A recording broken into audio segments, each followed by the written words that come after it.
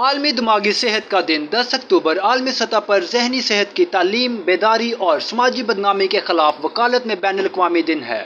یہ پہلی بار 1992 میں ورلڈ فیڈریشن اور مینٹل ہیلتھ کی پہل پر منایا گیا، جو کہ ایک عالمی ذہنی صحت کی تنظیم ہے جس کے اراکین اور 150 سے زائد ممالک میں رابطے ہیں۔ اس دن کو ہر اکتوبر میں ہزاروں حامی اس سالانہ بیداری پروگرام کو منانے کے لیے آتے ہیں تاکہ ذہنی بیماری اور دنیا بھر میں لوگوں کو زندگیوں پر اس کے بڑے اثرات کی طرف توجہ دلائی جا سکے۔ اس کے علاوہ یہ دن دماغی صحت کے پیشہ ور افراد کو بات چیت کرنے اور اپنے کام پر روشنی ڈالنے کا موقع فراہم کرتا ہے، جس سے دنیا بھر میں ذہنی صحت کو ترجیح دی جاتی ہے۔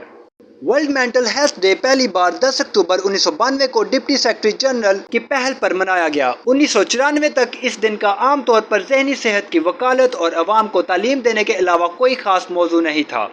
1994 میں اس وقت کے سیکرٹری جنرل کی تجویز پر پہلی بار دماغی صحت کا عالمی دن ایک تھیم کے ساتھ منایا گیا۔ معلومات کا قابل اعتماد ذریعہ CRC، جڑے رہیں CRC کے ساتھ۔